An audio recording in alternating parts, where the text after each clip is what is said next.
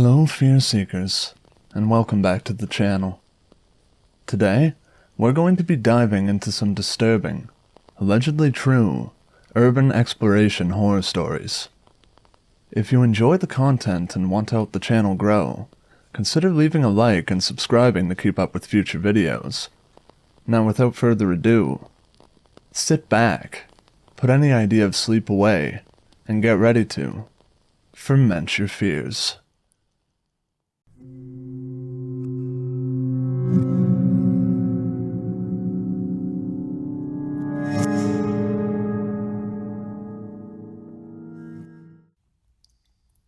This happened 8 years ago when I was a sophomore in high school.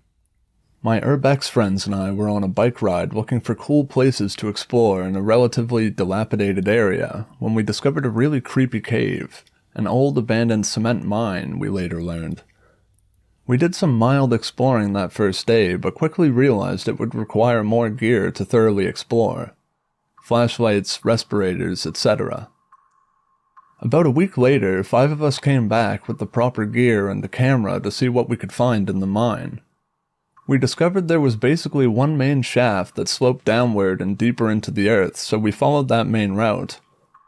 It was wide enough for a car to drive down and was pretty well graded, so the walking was easy. There were many rooms, old machinery, and rusting equipment off of this main shaft, but we mostly avoided it in the beginning. We were trying not to get lost or confused. Along the way, the walls were littered with the classic abandoned graffiti. X was here, swastikas, initials and dates, phallic drawings, etc. As we got deeper and deeper though, the graffiti really thinned out. At this point, the light from the entrance was long gone and we were relying solely on flashlights.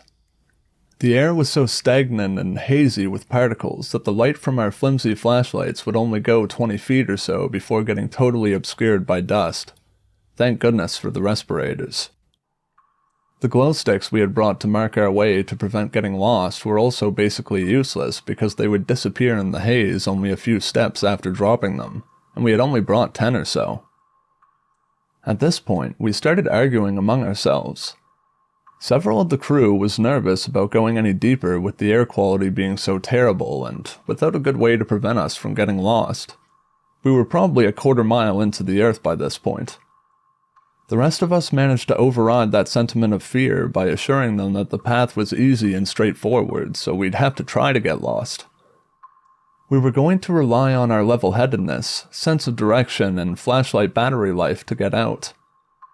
Despite the agreement to push on, it was becoming very creepy for everyone. We walked for a while in silence, hearing nothing but our own movements and the steady drip of water coming from somewhere deep in the cave. I think we were all pretty scared at this point, but no longer willing to admit it to each other. Then we stumbled across something that made us all stop cold. Dug into the side of the deep stone shaft we were slowly descending was a tunnel, an offshoot. It was narrow.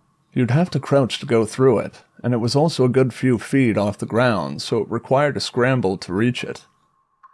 But that wasn't what made us stop. It was the graffiti.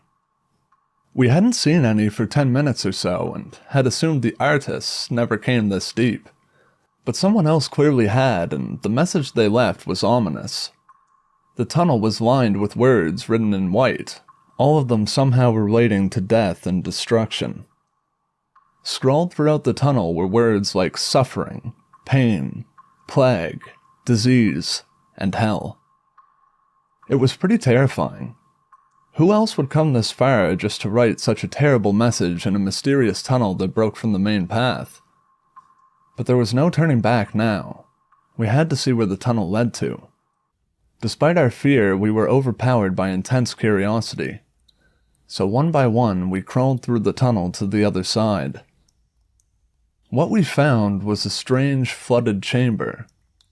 Around the pool of water were many large stones, each covered with dozens of burned-out tea candles. There must have been hundreds of used tea candles in the place. The walls had a few creepy monster faces poorly graffitied on them, and the tunnel entrance back to the main shaft was ringed with a spray-painted blood-stained mouth. What was this place? Some weird ritual site for local Satan worshippers? An elaborate hoax set up by a bunch of kids? We couldn't find much evidence to figure it all out, and we were running out of adrenaline to keep exploring. We all crawled out of that weird hellhole and back into the main shaft, where we promptly headed towards the exit. When we finally saw that pinprick of natural light coming from the real-life world outside, we were flooded with relief. We never did figure out what that mysterious cavern was for, and I think I'm content to leave it a mystery. No, we didn't hear any monsters in the depths of the tunnel or find any bloody Satan praisers themselves, but just finding that room, buried deep in an old forgotten mine, was enough to creep us all out for a long time.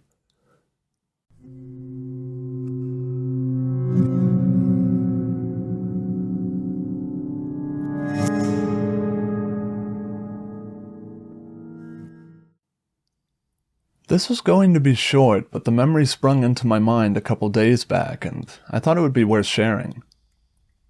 I live in North Wales, UK.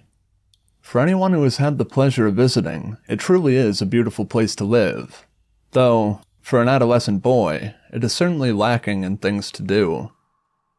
As a result, my friends and I would often find ourselves mindlessly exploring areas of countryside and coastline. Despite it being quite sparsely populated, in comparison to the closest cities, there is a dual carriageway running right along the coast from Wales into England. Also, train tracks run alongside this road for most of its course, occasionally passing overhead via a small cement bridge. Anyway, there was one night a few years ago when about 4 of us randomly decided to try and explore the inside of one of these bridges, as one of the group had observed a manhole cover nearby which we believed to be the entrance. On closer inspection, we discovered that several tools would be required in order to gain entry. We returned with the necessary equipment and proceeded to unbolt the cover. This had to be done stealthily as the train track was right beside us, not close enough to be of any danger, but definitely a sufficiently small distance to cause panic for any train driver. And panic usually means police. It wasn't long before we had removed the heavy steel disc and had started descending the ladder down into the structure. Once we had all safely reached the bottom, we decided to progress to the other side. At this point, we are totally confined into the narrow space that leads into the main area. If you are confused as to what the hell this bridge is supposed to be, you probably should be, because it was rather peculiar. I mean, I would have never known there was even an inside had we not found the manhole. So, as we squeeze and crouch, and at one point scrape along our bellies, to the other side of the structure, there is a growing sense of claustrophobia between us. The distance from one end to the other is surprisingly long, but by the halfway point you can look down through narrow gaps onto the motorway below. This was actually pretty cool, which helped keep us calm, in a strange way. At this point, apart from the mild discomfort and confinement, we were still just a group of guys on an adventure. This was about to change dramatically. No more than a few meters beyond halfway, which we could tell due to the symmetry of the passageways through the bridge, one of us claimed they could see some object in the distance at the far end. Slightly hesitantly, we agreed to investigate. Bad move. I reached the end first, and let me tell you, I have never felt the same sense of dread before or since. In front of me was a single fold-away chair positioned facing a wall. On the wall was a partially torn page from a newspaper or a magazine, showing a fully naked lady in an erotic position. The reason I don't just refer to it as porn is because something was different about it. I can't put my finger on it, but it seemed more sinister than sexy, if that makes any sense. More disturbingly, the eyes of the woman on display had been cut from the page. Removed with precision, not just hastily ripped off. The scene that lay before us had rendered us completely speechless, and an overpowering sense of panic could be felt collectively. That was when we found the blood. The horrendous, gut-wrenching pool of blood. Needless to say, we got the hell out of there as fast as humanly possible, smashing our knees and shins against the sharp cement edges that lined the path to the ladder by which we had entered. Of course, we were all praying to God that the manhole hadn't been resealed, as it was impossible to tell until you reached the ladder itself. Thankfully, the exit route was clear, and we promptly dashed as far away as our legs could carry us. I'm sure this ending comes as a disappointment to some of you reading this, as we luckily never bumped into the twisted individual who sits in that chair, but I must stress how radically out of the norm this was given where I live. The reason I mentioned the population earlier was with purpose. There is easily enough people here to escape the realms of crazy country folk, yet nowhere near enough people to have someone clearly lose grip on society without somebody taking notice. For example, there was literally only one homeless man, who everyone in the area knew and grew fond of, eventually resulting in a mass gathering at his funeral when he passed away. I sometimes think, though not recently as I had more or less forgotten about that night entirely, about the person who climbs down into that bridge and navigates through the darkness to sit facing a wall and do God knows what. You honestly couldn't envision a more surreal situation. It has just come to my realization that what we unearthed that night has not once been uttered to another soul. As a naive teenager, it was the type of thing you just wanted to forget. But thinking about it, we probably should have let the police, or at least someone, know about what was down there, because it wasn't the doings of a healthy-minded individual. So there you have it. Apologies for the length. I got a little carried away as it is my first time sharing, and I wanted to make the reading experience as similar to the reality as I could. Now I'm a few years older and hopefully a bit braver. I'm considering going down there again, accompanied of course, to see what messed up things might be waiting.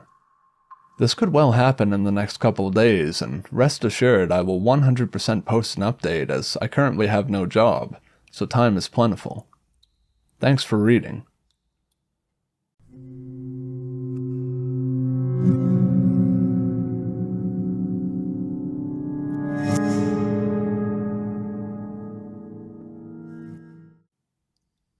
There is an abandoned East Coast insane asylum that I've often seen posted, both on Reddit as well as various other places around the internet. I personally have been there probably 10 or 15 times over the course of a decade, and each time I found something new, as the complex is very spread out and very massive. What I've never seen posted, nor even mentioned, however, is the maze of tunnels beneath the complex. Connecting each building is a subterranean network of tunnels for steam, water, sewage, and electric. The tunnels are all roughly 10 to 15 feet underground and quite long. They lead into the basement of each structure in a portion of the complex, with an emergency escape hatch that leads out into the woods between buildings in a portion. One weird thing is that most of the entrances to the tunnel system are hidden in the walls. I exited through a door once and found myself in a room that was the complex's post office, where I'd literally been 5 times before, and had never noticed that there was a hidden passage integrated into the wood paneling. The complex has been abandoned for 20 to 30 years, so parts of the tunnels are very wet with leaking water. When you're down in them, you constantly hear environmental noise as well as echoes from your own movements. There is nothing reflective down there, and there are no outside sources of light. If you don't have a bright enough flashlight, it can get kind of difficult to make out features of things in the distance, and you're relying a lot upon the slight tonal differences of what you can see to determine what something is off in the distance before you're right up on it. Go out on a moonless night and shine an LED pen light against a concrete wall from like 15 feet away to get an idea of what I'm talking about. Now, for the terror. First of all, I have a stupid habit of going into these places by myself. I've recently started correcting this, because you never know when an accident could happen, leaving you alone, underground, in the dark. The last time I was in the tunnels, I was by myself, with a single AA battery-powered 75 to 100 lumen LED flashlight. Mistake number 2. During this excursion, I decided to follow the tunnel down to what was the water treatment building for the complex.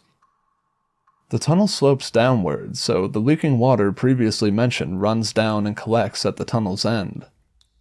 So, at the end of the tunnel, I entered this large room with two 15-foot tall water storage tanks. There's probably an inch of water and muck on the floor, which makes a stuck noise when you walk. I'm standing still, looking around with my flashlight, and from the opposite side of the room, around 20 feet away, I hear stuck. There is someone else in this underground room with me. I shine my flashlight across the room and don't see anything, but keep hearing the wet footsteps. All of a sudden, I shine the light on this human-shaped object that is just black. There's no difference in shading or anything, it's just like a shadow against the peach-colored concrete wall. I stammer out a, "Hello?" And all of a sudden I can see this person's two eyes flash up, reflecting back my flashlight, but that's it. I don't know if the person was in a ghillie suit or what, but it was impossible to make out anything distinguishing. I don't know what kind of weirdo sets out in a full black getup to rummage around underground. So, at this point, I flip out. I spin 180 degrees on my heels and bolt. I'm flying up the incline tunnel, slipping and sliding all over the place on the damp concrete. I fell a handful of times, sprained my wrist badly, and got a number of cuts on one of my knees. That run through the underground tunnels felt like an eternity. If you've ever seen the subway scene from the movie 28 Weeks Later, that's the closest thing I can approximate it to. It was the closest thing I've ever experienced to a living nightmare. I've never been so terrified in all my life. Looking back, I'm sure whoever I met down there in the dark was probably as terrified as I was, unless they were crazy as hell. I have no reason to believe they followed me, and they probably ran back the way they had come, same as I did. I noticed that they didn't have a flashlight on, so what I think probably happened is that they noticed my light and pulled a hoodie up over their head, turned their light off, and tried to hide as best as they could. Sorry if this got a little long and rambly, just wanted to share my part here. If there's a takeaway from this, it can be summed up in a single fantastic sentence. Don't enter strange underground tunnels, through hidden doors, beneath long abandoned and forgotten insane asylums, with a single tiny flashlight when you're by your lonesome.